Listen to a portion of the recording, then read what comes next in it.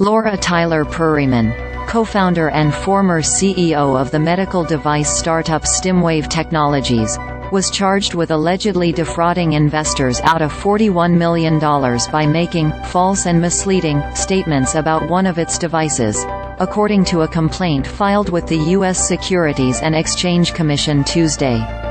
The complaint alleges that Perryman misrepresented a Stimwave device that was supposedly able to treat chronic nerve pain by using electrical signals.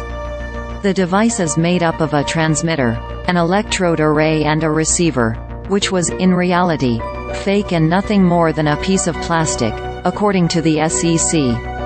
The fake and non-functional component was allegedly implanted into patients' bodies, the complaint said.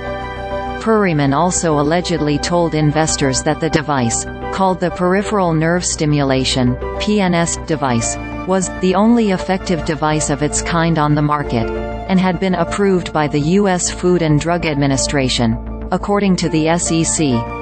We allege that Perryman touted a supposedly innovative medical pain relief device while concealing that a primary component of the device was fake and that patients were unwittingly undergoing unnecessary surgeries to implant the non-functional component into their bodies, Monique C. Winkler, director of the SEC's San Francisco Regional Office, said in a release.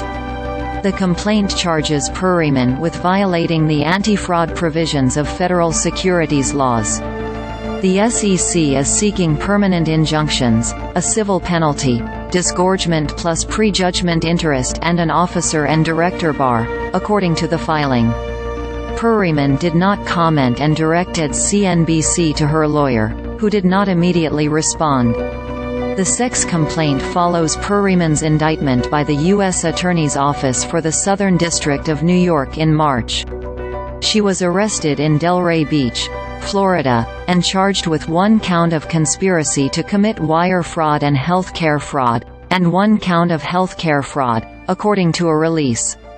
The SDNY on Tuesday filed a superseding indictment against Perryman that added criminal securities fraud charges, the SEC said. Stimwave filed for voluntary Chapter 11 bankruptcy protection in June 2022. Coronix, a peripheral nerve stimulation company, acquired Stimwave's assets late last year. Stimwave voluntarily recalled the PNS devices, but Coronix still offers a PNS system called Freedom PNS, according to the Coronix website. Representatives for Coronix did not immediately respond to CNBC's requests for comment.